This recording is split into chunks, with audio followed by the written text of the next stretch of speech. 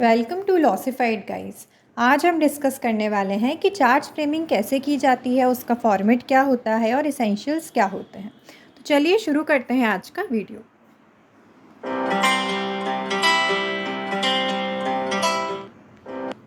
देखिए, सबसे पहले ये समझ लीजिए आप कि चार्ज फ्रेमिंग आपको बहुत सारे जुडिशियल एग्जामिनेशंस में इम्पॉर्टेंट होती है। किस किस में? देखिए, एमपीसीजे मेंस बिल्कुल अभी आने ही वाली है। उसमें एक पूरा का पूरा पेपर जजमेंट राइटिंग का होता है, जिस 4 पेपर में से एक पेपर जजमेंट राइटिंग का होता है। छत्तीसगढ़ जुडिशरी में तो पूरी मेंस एग्जामिनेशन ही आपकी जजमेंट राइटिंग पर डिपेंड करती है। साथ ही साथ राजस्थान जुडिशियल सर्विसेज और दिल्ली जुडिशियल सर्विसेज में भी जजमेंट राइटिंग इम्पॉर्टेंट होती है।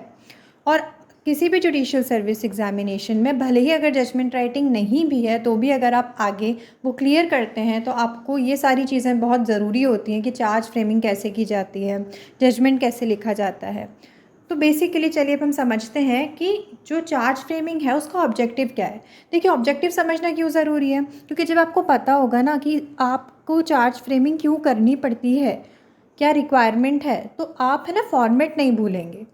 अब कैसे फॉर्मेट नहीं भूलेंगे? देखिए, जैसे चार्ज फ्रेमिंग का मेन ऑब्जेक्टिव होता है कि अक्यूज्ड को अवगत कराना यानी उसे अक्यूज्ड को बताना, उसकी जानकारी में लाना कि उसे किस चीज़ के लिए ट्रायल में आना है, यानी किस किस चीज़ के लिए उस पर आरोप लगाया गया है। क्यों ये ज़रूरी होता है कि उसे बताएं? क्योंकि भाई वो अपनी तैयारी करके आए कि उसे केस लड़ना है, आगे अपनी बात रखनी है, तो किस किस पॉइंट्स पे रखनी है। तो यहाँ से अब हम पॉइंट आउट कर सकते हैं इसेंशियल्स पे। कैसे कर सकते हैं? क्योंकि देखो, इसेंशियल्स में क्या होता है कि आपको टाइम, प्लेस सब कुछ मेंशन करना होता है चार्ज का। तो आगे हम ये समझेंगे कि क्यों करना पड़ता है। आप कभी भूलेंगे नहीं टाइम, प्लेस और चार्ज के बारे में एक्सप्लेन करना, जो कि फॉर्मेट का पार्ट होता है। क्यों नहीं भूलेंगे? इसलिए नहीं भूलेंगे क्योंकि आपको मालूम है कि आपने चार्ज क्यों फ्रेम किया है, जिससे कि अक्यूज्ड को पता चले कि उसने कब क्या ऐसा किया जिसके लिए उस पर आरोप लगाया गया है। तो अगर आप टाइम मिस करेंगे, आप प्लेस मिस करेंगे, आप चार्ज के बारे में एक्सप्लेन करना मिस करेंगे, तो अक्यूज्ड नहीं समझ पाएगा कि उसने कब कौन सा किस जगह पर क्राइम किया, और वो अपनी प्लीडिंग में अपने आप को अच्छे से डिफेंड नहीं कर पाएगा। इसलिए चार्ज आपका कम से कम, पहला पॉइंट ये कि आपका चार्ज इतना विविड, इतना एक्सप्लेन होना चाहिए कि उसमें अक्यूज्ड को हर एक डिटेल पता हो। ऐसा कुछ भी ना हो जो उसे ट्रायल के दौरान पता चले। तो चलिए, ये हो गई बेसिक बातें। अब हम थोड़ा फॉर्मेट डिस्कस कर लेते हैं। देखिए, ये पूरा जो फॉर्मेट है ये कंटेंट का फॉर्मेट है। इसके ऊपर आपको वो लिखना पड़ता है जो एक कॉमन नहीं होता, इन द कोर्ट ऑफ, और साइड में police station, then this versus this. ये जो फॉर्मेट है ये हम आगे भी डिस्कस करेंगे, जो कि सॉल्व्ड फॉर्मेट में डिस्कस करेंगे। अभी पहले हम सिर्फ एक जो फॉर्मेट टाइप का है वो डिस्कस कर लेते हैं। सॉल्व्ड क्वेश्चन हम इसके बाद डिस्कस करेंगे। तो कैसे शुरू होता है? आए जुडिशियल मजिस्ट्रेट फर्स्ट क्लास। अब देखिए, एक बात ध्यान में रखिए, कुछ लोग ये गलती कर देते हैं एग्जामिनेशन में कि जो नेम है ना, यहाँ आपको नेम नहीं लिखना, क्योंकि क्वेश्चन में जुडिशियल मजिस्ट्रेट का नाम लिखा हुआ नहीं आता। तो यहाँ पर ये मत करिएगा कि अपना नाम लिख दिया एग्जामिनेशन में, क्योंकि फिर ये आपकी मेंस की कॉपी रिजेक्ट हो सकती है ये करने के लिए कि आपने एक तरीके से साइन दिया है कि ये आपकी कॉपी है। ऐसा होता है एमपीसीजे में, कितनी कॉपियाँ इसलिए रिजेक्ट होती हैं कि यहाँ पर लोग अपना नाम लिख देते हैं। तो इसलिए यहाँ पर ABCXYZ कुछ भी लिख दीजिए। इसके बाद आपको आगे लिखना है प्लेस जिसके आप मजिस्ट्रेट हैं, जो कि क्वेश्चन में गिवन होगा कि वो कहाँ पर केस चल रहा है, आई मीन कहाँ पर क्राइम हुआ है। उस हिसाब से आपको अपनी जगह लिखनी है। यहाँ पर भोपाल हुआ या फिर जो भी जगह है, बिलासपुर हुआ, आप कुछ भी लिख सकते हैं जो भी क्राइम में मैंशनड है। कुछ भी से मेरा मतलब है कि जो भी क्वेश्चन में जहाँ क्राइम हुआ है मैंशनड है, उसके हिसाब से आप यहाँ मेंशन कर सकते हैं। Hereby charge the accused का जो नाम लिखा है वो यहाँ लिख दीजिए, ABC, या कोई स्पेसिफिक नाम है तो वो लिख दीजिए। सन ऑफ, अगर लिखा हुआ है कि किसका सन है तो लिख दो, वरना कि यहाँ पर खाली छोड़ दो, या XYZ लिख दो, जो भी आपको सही लगे। इसके बाद एज फॉलोज़, तो यहाँ पर आपने शुरू में मेंशन कर दिया कि आप किसको चार्ज पर, किसको आरोपित कर रहे हैं। इसके बाद क्या होता है, जितने चार्ज होते हैं, किसी पे 4 चार्ज भी लग सकते हैं, 5 भी लग सकते हैं। हम जो फॉर्मेट डिस्कस कर रहे हैं इसमें यहाँ पर 2 चार्ज लगे हुए हैं। तो कैसे लिखेंगे? फर्स्टली, सेकेंडली, थर्डली, फोर्थली, अगर 3-4 चार्ज है तो। अब एक बात ध्यान रखिए, हम ऐसे क्वेश्चंस भी देखेंगे जहाँ एक से ज़्यादा अक्यूज़्ड होते हैं, 3 अक्यूज़, 4 अक्यूज़्ड। तो अब क्वेश्चन ये अराइज होता है कि क्या सबके लिए एक ही चार्ज फ्रेम करना है? क्या यहाँ पर अक्यूज़्ड ए, अक्यूज़्ड बी, सी, डी ऐसा लिख के हम एक ही चार्ज बना सकते हैं क्या? तो देखिए, बात यह है कि अगर आपका पेपर बहुत लेंदी है तो आप सबके लिए अलग से चार्ज फ्रेम नहीं कर पाएंगे। देखिए, पहले तो ये समझ लीजिए, अगर चारों अक्यूज़्ड को सेम चार्ज पे आप आरोपित कर रहे हैं, सेम चार्जेस लगा रहे हैं, तो चलिए ठीक है, एक बार को आप साथ में भी लिख सकते हैं। पर मान लीजिए ए ने कुछ और किया था, बी ने थोड़ा कुछ और किया था, सी ने थोड़ा कुछ और डी ने कुछ और। यानी ऐसा हो सकता है कि ए प्राइम अक्यूज़्ड हो, बी सी डी ने अबेटमेंट किया हो, या फिर कुछ भी तरीका हो सकता है जिससे कि चारों को आप साथ में चार्ज नहीं कर सकते। इस कंडीशन में आपको सबके लिए अलग चार्ज फ्रेम करने पड़ेंगे। पर मान लीजिए चारों को बिल्कुल ही सेम चीज़ के लिए आप चार्जेस फ्रेम कर रहे हैं और आपके पास टाइम नहीं है कि आप सबके लिए ये फॉर्मेट लिखें, तो आप ये कर सकते हैं कि यहाँ पर सबके या तो नाम लिख दें या फिर एक के लिए चार्ज फ्रेम कर दें। फॉर एग्ज़ाम्पल, आप ए के लिए चार्ज फ्रेम कर दें और नीचे लिख दें एक नोट पे कि बी, सी और डी को भी सेम चार्जेस के लिए हमने वो माना है, अभियुक्त माना है सेम चार्जेस पे। ये लेकिन तभी करें जब आपके पास समय की बहुत ज़्यादा कमी हो। मान लीजिए बहुत ही 5-6 अक्यूज़्ड हैं, अब सबके लिए इतने बड़े बड़े चार्ज फ्रेम करने चलेंगे तो पेपर ही कंप्लीट नहीं होगा। ऐसे सिचुएशन में सिर्फ आप ऐसा कर सकते हैं कि सारे लोगों के लिए एक बार चार्ज फ्रेम कर दें और नोट में मेंशन कर दें कि यही चार्जेस बाकियों पर भी लागू होंगे। लेकिन अगर आपके पास टाइम है तो आप सबके लिए अलग अलग चार्ज फ्रेम करें। चलिए, ये हो गई पहली बात। अब हम आगे चलते हैं कि आगे कैसे लिखना होता है। अब यहाँ से देखिए, हर चार्ज के आपको बहुत अच्छे से डिटेल्स मेंशन करनी होती हैं कि दैट यू ऑन। अब क्या डेट, सबसे पहला पॉइंट हो गया डेट मेंशन करना, फिर कब यानी फिर टाइम मेंशन करना, फिर प्लेस मेंशन करना। अब आगे यहाँ पर क्या लिखा हुआ है, ये तो हो गई 3 चीज़, डेट, टाइम एंड प्लेस। फिर क्या, mention the essential ingredient of the offence with which the accused is charge, that is the mens rea and actus reus given in that particular section. इसमें क्या करना है, देखिए जब आप इंग्रेडिएंट्स पढ़ते हैं ना ऑफेंस के, एसेंशियल इंग्रेडिएंट्स 3-4, वो यहाँ पर मेंशन करना है कि अक्यूज्ड ने ऐसा ऐसा ऐसा ऐसा किया, उसने ये सब किया इस कारण, उसने ये ऑफेंस किया है जो कि इस सेक्शन के अंदर पनिशेबल है इंडियन पीनल कोड के। इसके बाद और वो इस कोड की कॉग्निजेंस में है। यानी पहला तो डेट, टाइम एंड प्लेस को आप एक ब्रैकेट में ले लें कि पहला तो ये बिल्कुल जो फैक्चुअल एसेंशियल्स हैं जो आपके लिखे हुए होंगे एग्जामिनेशन के पेपर में, वो बिल्कुल मेंशन कर दें। ये पहला पार्ट हो गया। दूसरा part, mens rea and actus reus, मतलब सामने वाले ने किया क्या है कि आप उसे इस पर्टिकुलर चार्ज को ऐड कर रहे हैं, क्यों किया, ऐसे उसने क्या किया है। तो आपको पूरा डिटेल में मेंशन नहीं करना उसने क्या क्या किया, आपको वो चीज़ें मेंशन करनी है जो कि इस पर्टिकुलर ऑफेंस के लिए, जिसके लिए इसको आप आगे चार्ज कर रहे हैं, उसके एसेंशियल इंग्रेडिएंट्स फुलफ़िल हो रहे हों। देखिए, हम ये आगे पढ़ेंगे, एक एग्जाम्पल से भी देखेंगे कि कैसे होता है। तो देखिए, इसलिए आपको पहला पार्ट हो गया डेट, प्लेस एंड टाइम। दूसरा पार्ट हो गया कि उसने जो भी किया है वो मेंशन करें, बहुत डिटेल में ना मेंशन करें, पर ऐसे मेंशन करें कि जो भी एसेंशियल इंग्रेडिएंट्स हैं उस चार्ज के, जिसके लिए आप उसको अक्यूज्ड मान रहे हैं, वो फुलफ़िल हो रहे हों।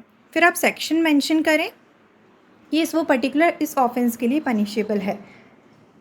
फिर चौथी बात, आखिरी, कि आपको ये लिखना है कि ये जो पर्टिकुलर ऑफेंस है ये हमारे कॉग्निजेंस में है, कोर्ट की कॉग्निजेंस में ये ऑफेंस आता है। फिर अब आते हैं हम सेकंड पे। सेकंड पे बिल्कुल सेम फॉर्मेट, कोई डिफरेंस नहीं है, यानी हर चार्ज का फॉर्मेट यही होगा, सेकेंडली, थर्डली, फोर्थली, चाहे कितने भी चार्ज हों। इसके बाद आखिरी में एक लाइन आपको लिखनी होती है, I hereby direct that you accused be tried by this court for the above mentioned charges, यानी जो भी ऊपर चार्जेस हैं उसके लिए अक्यूज्ड को ट्राई किया जाएगा इस कोड के द्वारा। फिर नीचे डेट और प्लेस आता है और यहाँ पर साइन एंड सील आती। तो ये हो गया बेसिक फॉर्मेट। इसके ऊपर लेकिन ध्यान रखिए, इस फॉर्मेट के ऊपर जो होता है ना इन द कोर्ट ऑफ, और वो सब भी लिखा जाता है, जो हम आगे डिस्कस करेंगे एक एग्जाम्पल के थ्रू। होप सो आपको इतना क्लियर हुआ है। तो चलिए आगे चलते हैं। अब देखिए, जो मैंने आपको पहले फॉर्मेट बताया था ना, वो इस तरीके से है। The court of judicial magistrate first class Bhopal. देखिए, यहाँ पर एक एग्जाम्पल हमने ये डिस्कस किया है। मान लीजिए कोई क्राइम हुआ है, भोपाल में हुआ है, तो आप यहाँ पर भोपाल मध्य प्रदेश मेंशन करेंगे। प्रिसाइडेड बाय, आप कुछ नहीं लिखेंगे, XYZ ABC कुछ भी लिख सकते हैं, अपना नाम यहाँ भी मत लिखिएगा। इसके बाद CNR number, criminal case number, police station. Police station भी फैक्ट्स में दिया हुआ होता है कि किस पुलिस स्टेशन में FIR लॉन्च हुई है, तो वही पुलिस स्टेशन यहाँ आप लिखेंगे। यहाँ आप डेट ऑफ इंस्टीट्यूशन लिखेंगे। क्रिमिनल केस नंबर और CNR नंबर लिखने की ज़रूरत नहीं है। अगर फैक्ट्स में दिया हुआ है ये तो लिखिए, नहीं दिया है तो ऐसे ही यहाँ पर सिर्फ ये डाल के, यानी CNR number, criminal case number ऐसे लिख के आगे है ना छोड़ दीजिए ब्लैंक स्पेस। उसके बाद यहाँ पर क्या होगा, state of Madhya Pradesh through SHO। अब यहाँ पर वर्सेस में क्या होता है, क्योंकि प्रोसिक्यूशन जो होता है वो हमेशा स्टेट होता है, तो इसलिए क्या होगा, यहाँ पर state of Madhya Pradesh through SHO, फिर पुलिस स्टेशन का नाम लिखेंगे, वही जो फैक्ट्स में दिया हुआ है। फिर वर्सेस आएगा, वर्सेस BCD जो भी अक्यूज्ड का नाम है वो। फिर सन ऑफ लिखेंगे, अगर सन ऑफ के बाद किसी का नाम है फैक्ट्स में तो लिखिए, वरना ब्लैंक छोड़ दीजिए। फिर एज और रेसिडेंस ऑफ, तो भाई एज में और इसमें क्या है कि जगह लिखी है तो लिखिए, वरना ऐसे ही लिख के खाली छोड़ दीजिए। फिर अगेन पुलिस स्टेशन का नाम यहाँ लिखाएगा, यहाँ लिखा जाएगा अक्यूज्ड। ये होगा स्टार्टिंग का फॉर्मेट। चलिए अब हम कंटेंट समझते हैं आगे का जो लिखते हैं, जो कि हम ऑलरेडी फॉर्मेट में डिस्कस कर चुके हैं। हम अब एक एग्जाम्पल के थ्रू देखेंगे। आई जुडिशियल मजिस्ट्रेट फर्स्ट क्लास, या तो XYZ लिख दीजिए, ABC लिख दीजिए, या ऐसे ही ब्लैंक छोड़ दीजिए। भोपाल मध्य प्रदेश, मान लीजिए क्राइम भोपाल में हुआ है तो आप यहाँ पर लिखेंगे Bhopal Madhya Pradesh. Charge you accused person B, जो भी अक्यूज्ड पर्सन का नाम है वो। यहाँ पर सन ऑफ लिख के ब्लैंक छोड़ दिया गया है, क्योंकि मान लीजिए फैक्ट्स में नहीं दिया है तो फिर नहीं आप लिखेंगे, आप इतना लिख के ब्लैंक छोड़ देंगे। फिर यहाँ पर आया फर्स्टली, हमने फॉर्मेट में क्या पढ़ा था, डेट, प्लेस और टाइम रहता है। तो देखिए डेट लिखा है, टाइम लिखा है। अब प्लेस देखिए हम नहीं मेंशनड है, अगर फैक्ट्स में मेंशनड है तो आप यहाँ भी मेंशन कीजिए, नहीं मेंशन है तो मत कीजिए। अब अक्यूज्ड ने क्या किया है, आगे हमने क्या एक्सप्लेन किया है, हमने मेंस रिया और एक्ट्रेस रियस मेंशन किया है, यानी ऑफेंस के जो एसेंशियल पार्ट्स हैं उसमें जो भी अक्यूज ने किया वो हमने मेंशन किया। क्या मेंशन किया है कि अक्यूज ने एंटर किया कंप्लेनेंट का हाउस, यानी उसने हाउस ट्रेसपास किया। इतनी बात समझ में आ गई हमें। उसके बाद हमने आगे क्या लिखा कि preparation to cause hurt to the complainant, यानी उसने हाउस ट्रेसपास क्यों किया, कैसे किया, उसने हाउस ट्रेसपास किया और इस प्रिपरेशन के साथ किया कि वो कंप्लेनेंट को हर्ट कर सके। तो इस प्रिपरेशन के साथ क्या है, नाइफ लेके अगर वो घुसा है, हाउस ट्रेसपास किया उसने, तो वो किसके अंदर चार्ज किया हमने उसको, अंडर सेक्शन 452 में। देखिए हमने ऊपर क्यों लिखा, एक्सप्लेन क्यों किया कि उसने प्रिपरेशन के साथ एंटर किया, क्योंकि सेक्शन 452 के अंदर आप इसलिए ही चार्ज करते हैं कि कोई हर्ट या रॉन्गफुल रिस्ट्रेन इन सब की तैयारी के साथ अगर हाउस ट्रेसपास करता है तो उसे सेक्शन 452 के अंदर चार्ज करते हैं। इसलिए हमने ऊपर डिटेल में मेंशन किया कि अक्यूज्ड ने एग्जैक्टली क्या किया, जिससे कि हमारे जो सेक्शन के इंग्रेडिएंट्स हैं वो फॉलो हो पाए। फिर आगे हमने सेक्शन मेंशन किया है और इसके बाद with in the cognizance of this court ये भी बताया है।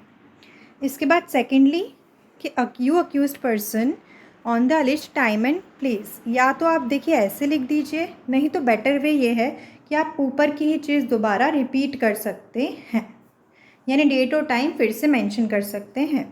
Illegally entered the house of complainant and intentionally hit the complainant with the knife. अब देखिए इंटेंशनली यूज़ किया हमने, क्योंकि जिसके लिए हम अभी उसको अक्यूज्ड को आरोपित करेंगे, यानी कि हम 324 के अंदर उसको चार्ज करने वाले हैं, तो उसमें इंटेंशन भी मैटर करती है। तो मैंने क्या किया, कहा था आपसे डेट, प्लेस और टाइम मेंशन करने के बाद आप एक्टिस रियस और मेंस रिया दोनों मेंशन करेंगे। तो मेंस रिया की यहाँ ज़रूरत थी, मेंस रिया क्या था, इंटेंशन होना चाहिए। तो intentionally hit the complainant with a knife and caused hurt to him. अब उसने क्या किया, हर्ट किया, कैसे किया, नाइफ से किया, इंटेंशनली किया, and thereby committed the offence of voluntarily causing hurt with a sharp edged weapon. हमने नाइफ मेंशन किया देखिए यहाँ पर, क्योंकि हमें क्यों पनिश करना था उसको, कि उसने शार्प एज्ड वेपन के साथ क्राइम किया है। इसके बाद हमने इंटेंशनली भी मेंशन किया। इससे देखिए मेंस री है, एक्ट्रेस री है, हमने सब क्लियर किया कि हम उसको क्यों इस पर ये आरोप उस पर क्यों लगा रहे हैं। फिर आगे हमने मेंशन किया कि इसलिए वो 324 के अंदर पनिशेबल है and with in the cognizance of this court. इसके बाद आगे लिखा है, ये जो लाइन हमेशा लिखते हैं, and hereby direct that you accused person be tried by this court for the above mention charges. फिर यहाँ डेट और प्लेस मेंशन कर दीजिएगा। Sign and seal judicial magistrate first class, Bhopal, Madhya Pradesh. मैंने आपको फैक्ट्स नहीं बताए क्योंकि बिना फैक्ट्स के भी हम डिस्कस कर सकते थे बेसिकली कि चार्ज को कैसे आप बनाते हैं। अब देखिए, यही सेम क्राइम दो लोगों ने अगर मिल के किया होता तो यहाँ आप ए को, जैसे आपने बी, मान लीजिए ए और बी दोनों ने एक क्राइम किया होता तो यहाँ तो आपने बी के लिए चार्ज फ्रेम किया है, सेम चार्जेस आपको ए के लिए भी फ्रेम करने पड़ते हैं अलग से। अब मान लीजिए आपके पास टाइम कम है या फिर ए बी सी डी 4 लोग हैं, चारों ने सेम चीज़ करी है। अब आपको सेम चीज़ ही लिखनी है बट टाइम नहीं है, आप सेम 4 लोगों के लिए लिखें तो एक के लिए लिख दें, जैसे यहाँ बी के लिए लिखा है, और नीचे लिख दें कि बाकियों पर भी सेम अप्लाई होगा। लेकिन ये बहुत रेयर केसेस में करें जब आपके पास सही में बिल्कुल ही समय नहीं है। अगर 2 अक्यूज़ड है तो मुझे नहीं लगता मुश्किल होनी चाहिए। अगर 2 अक्यूज़ड है तो आप दोनों के लिए अलग अलग चार्ज बना सकते हैं। चलिए, this is all about charge framing. And अगर आप चाहते हैं कि हम आगे ऐसे लेक्चर कंटिन्यू करें ताकि आपको जजमेंट राइटिंग में हेल्पफुल हो, क्योंकि ऑलरेडी एक लेक्चर है जजमेंट राइटिंग पर, आपने अगर वो नहीं देखा है तो देख लीजिए। It is an introduction to judgment writing. फिर हम ये वीडियो लाएँ चार्ज फ्रेमिंग पर। अगर आपको ये अच्छा लगेगा तो आप कमेंट सेक्शन में ज़रूर बताइए। ये सीरीज़ हम मेंस जो है MPCJ की उसके लिए कंटिन्यू करेंगे। तो चलिए, थैंक यू सो मच। और अगर अभी तक आपने लाइक शेयर नहीं किया है, सब्सक्राइब नहीं किया है, तो जल्दी से जाके लाइक शेयर एंड सब्सक्राइब कीजिए। अपने दोस्तों के साथ चैनल को शेयर कीजिए, वीडियो को शेयर कीजिए। Thank you so much.